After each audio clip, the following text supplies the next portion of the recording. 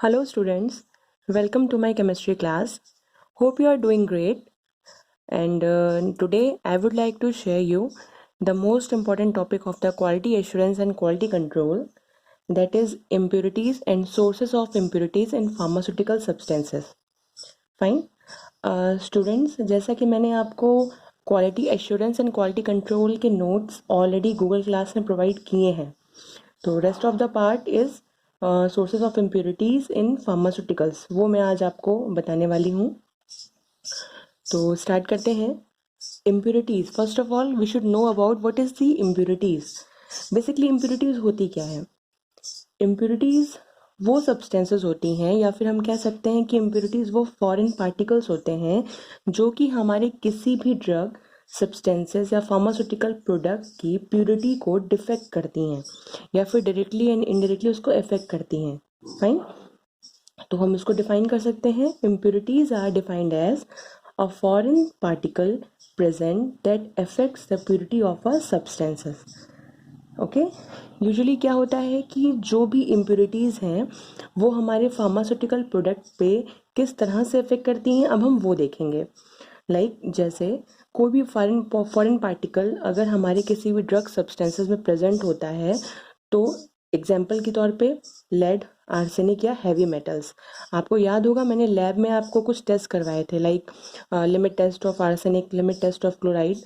उस समय मैंने समझाया था कि ये लिमिट टेस्ट करने की ज़रूरत क्यों पड़ती है, to check out, to detect whether some inorganic compounds are present in your drug substances और नॉट। फाइन। या फिर हम कह सकते हैं कि इम्प्योरिटीज़ ऐसे सब्सटेंसेस होते हैं जो हमारे मेडिसिनल कंपाउंड की केमिकल प्रॉपर्टी को डिटोरिएट करते हैं, उसको नष्ट करते हैं। जैसे एग्जाम्पल ले सकते हैं हम कि कुछ प्रोडक्ट्स होते हैं, जैसे कोई सोप हो गया, जैसे हार्ड सोप हो गया, अगर उसमें हम एक्सेस वाटर ऐड कर देंगे तो वो एक तरह का इम्प्योरिटी ही हुआ। फाइन। नेक्स्ट इज, जो इम्प्योरिटीज़ होती हैं वो हमारे किसी भी मेडिसिनल कंपाउंड्स की, ड्रग्स की एक्टिव इंग्रेडिएंट्स को रिड्यूस करती हैं, उसकी एक्टिविटी को रिड्यूस करती हैं। जैसे हमारा कोई मेडिसिनल सब्सटेंसेस है, कोई ड्रग है, तो उसमें हमने पढ़ा है कि उसमें एक या दो एक्टिव इंग्रेडिएंट होता है जो कि उसका लीड मॉलिक्यूल होता है, जिस पे उस ड्रग की सारी एक्टिविटी डिपेंड करती है। फाइन। तो उस एक्टिव इंग्रेडिएंट की एक्टिविटी को रिड्यूस करना, उसी केमिकल प्रॉपर्टी को नष्ट करना, इसे हम कहते हैं इम्प्योरिटीज। और अगर हम बात करें तो इम्प्योरिटीज हमारे किसी भी फार्मास्यूटिकल प्रोडक्ट की या फिर हमारे मेडिसिनल ड्रग की में कुछ टेक्निकल प्रॉब्लम राइज करती है। Technical problem in the sense, जैसे अगर हम एग्जांपल लें, जैसे पोटेशियम आयोडाइड का सोल्यूशन होता है। अगर पोटेशियम आयोडाइड, जिसको हम कहते हैं के आई सोल्यूशन, अगर KiO3 में कन्वर्ट हो जाए, है ना, ऑक्सीडाइज हो जाए, KiO3 में कन्वर्ट हो जाए, तो एक तरह का टेक्निकल प्रॉब्लम हुआ। फाइन। और हम कह सकते हैं कि किसी भी ह्यूमिडिटी की वजह से या फिर ह्यूमिड टेम्परेचर की वजह से किसी ड्रग में मॉइस्चर प्रेजेंट हो जाना, है ना, वो एक तरह की इम्प्योरिटी है। सोडियम क्लोराइड, आप सब जानते हैं सोडियम क्लोराइड सॉल्ट होता है। बारिश के समय में हम क्या देखते हैं कि घरों में जो नमक के डब्बे रखे होते हैं उनमें मॉइस्चर आ जाता है, थोड़ा सा गीले हो जाते हैं। तो ये हम अपने क्लिनिकल टर्म में कह सकते हैं, फार्मेसी टर्म में कह सकते हैं कि जो मॉइस्चर है वो हमारे ड्रग की फ्री फ्लोइंग टेंडेंसी को रिड्यूस कर देता है। फाइन। नेक्स्ट हम आते हैं, इम्प्योरिटीज हमारे ड्रग की शेल्फ लाइफ को डिस्टर्ब करता है। शेल्फ लाइफ मतलब हमको पता है कि ये ड्रग का एक्सपायरी पीरियड इतना है, ये इतने ड्यूरेशन तक चलेगा, तो उसकी शेल्फ लाइफ को रिड्यूस करना, कम कर देना, कि अगर वो ड्रग 2 साल चलने वाली है तो वो 1 ही साल चलेगी, just because there are some impurities are present inside the packet और box of your drug. Fine. So these are the topics, points of the impurities. Now we will go the sources of impurities in pharmaceuticals. अब हम पढ़ेंगे कि sources कौन कौन से होते हैं। तो हम देखते हैं कि अगर हम सोर्सेज की बात करें तो देयर आर मैनी सोर्सेज, जिसमें से मैंने कुछ इंपॉर्टेंट पॉइंट्स आप लोगों के लिए निकाल के रखे हैं। जैसा कि मैंने बताया कि ये बहुत ही इंपॉर्टेंट टॉपिक है और मैक्सिमम ये एग्जाम में आपके आता ही आता है। B pharm first semester and diploma के फर्स्ट ईयर में ये टॉपिक एग्जाम में आता ही आता है, बहुत ही हार्डली ऐसा है कि ना आए। फाइन, तो quality assurance and quality control में से एक या दो क्वेश्चन तो पक्का आता है, और ये बहुत ही इंपॉर्टेंट टॉपिक है। तो मैंने 4-5 पॉइंट नोट किए हैं आपके लिए, इसको आप याद कर लो। फाइन, तो अगर हम सोर्सेज की बात करें तो पहला सोर्स होता है हमारा raw material.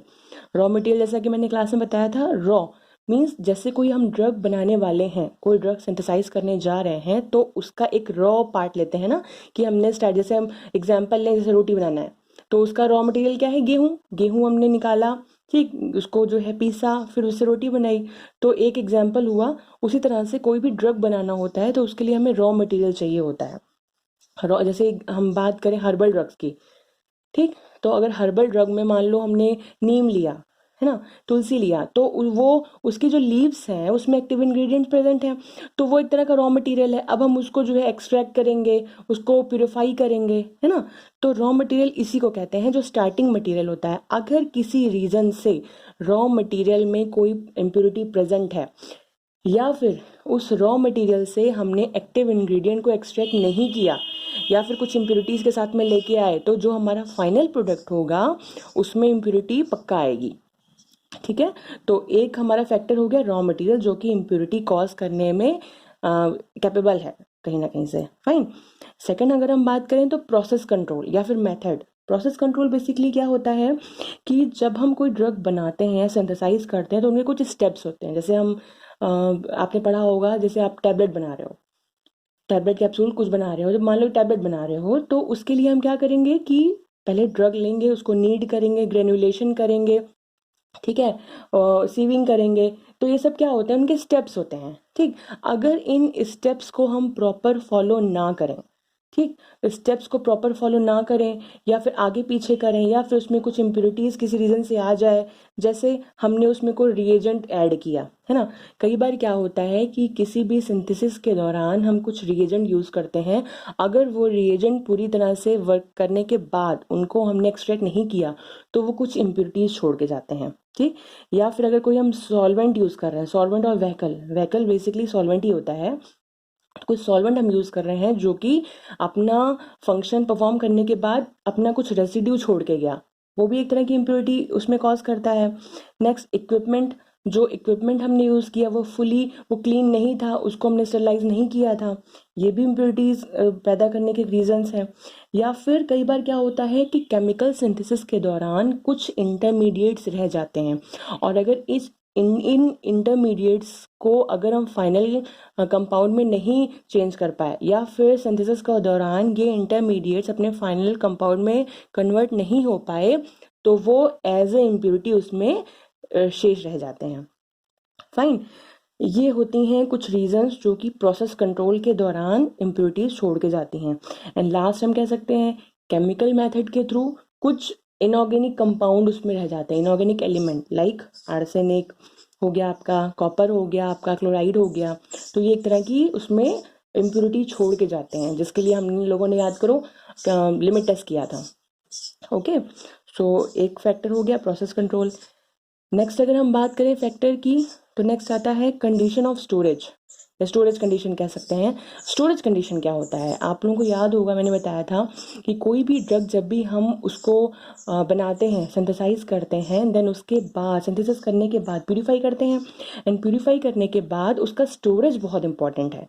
Storage in the sense कि either it should be stored in glass bottle, either it should be stored in blister capsule, strips में, या फिर किसी प्लास्टिक के डब्बे में, मतलब जिसमें भी हम उसको स्टोर कर रहे हैं, it should be well closed, like loosely close नहीं होना चाहिए। मतलब अगर हमने पैकेजिंग करी और एक तरफ से दूसरी तरफ सामान पहुंचाया तो वो टूट गया, उसकी पैकेजिंग फट गई, देखा है ना आप लोगों ने, लिखा होता है कि if the bottle is teared you should not accept it, मतलब अगर वो टीयर हो, फटा हुआ हो, तो आपको उसे एक्सेप्ट नहीं करना चाहिए, क्योंकि वो उसमें मॉइस्चर जा सकता है, उसमें एयर जा सकती है, जिसकी वजह से उसका नेचर चेंज हो सकता है ना। तो स्टोरेज की कंडीशन बहुत मैटर करती है, मॉइस्चर उसमें नहीं जाना चाहिए। और आप लोगों ने देखा होगा कई जगह लिखा रहता है कि it should be stored in less than 25 degree centigrade, it should be stored in room temperature, है ना। तो टेम्परेचर भी सबका अलग अलग फिक्स होता है। जो कंटेनर का मटेरियल है, जैसे कई हमारे केमिकल्स होते हैं जो कि अंबर कलर ग्लास बॉटल में ही रखे जाते हैं, just because it should be protected from the sunlight, किसी भी लाइट से उसको हम प्रोटेक्ट कर सकें। अंबर कलर मतलब डार्क कलर की बॉटल आपने देखी होगी। कई सिरप आते हैं जो कांच की बॉटल में ही आएंगे, वो प्लास्टिक की बॉटल में नहीं आते। तो जो हमारा कंटेनर का मटेरियल होता है, कई बार वो भी अंदर रखे हुए कंपाउंड से रिएक्ट कर जाता है, जिसकी वजह से उसमें इम्प्यूरिटी आ सकती है। फाइन, यही रीज़न है कि कई प्रोडक्ट ग्लास बॉटल में आते हैं, कई प्रोडक्ट प्लास्टिक के बॉटल में आते हैं, यही रीज़न होता है। ठीक है, and the colour of bottle जैसे मैंने बताया। नेक्स्ट पार्ट है अडल्ट्रेशन। अडल्ट्रेशन आप लोगों ने पहले ही पढ़ा होगा। अडल्ट्रेशन बेसिकली क्या होता है कि जिसको हम कह सकते हैं मिलावट करना, है ना। Adulteration means something has been added from the outside inside your product. जैसे एक ही जैसा दिखने वाला कंपाउंड मैंने उसमें ऐड कर दिया, तो किसी को क्या पता चल रहा है, कोई पाउडर ड्रग है, मैंने उसमें कोई सिंपल टैल्क मिला दिया, तो नहीं दिखेगा कि उसमें टैल्क मिला है या क्या है, तो एक तरह का अडल्ट्रेशन हुआ, है ना। तो एक ऐसे समान दिखने वाला कोई भी कंपाउंड अगर हम अपने ड्रग सब्सटेंसेस में ऐड करते हैं, तो वो एक तरह का अडल्ट्रेशन हुआ, मिलावट। ठीक है, तो ये भी इम्प्यूरिटीज़ के लिए बहुत मैटर करता है। लास्ट टॉपिक हमारा आता है क्रिस्टल।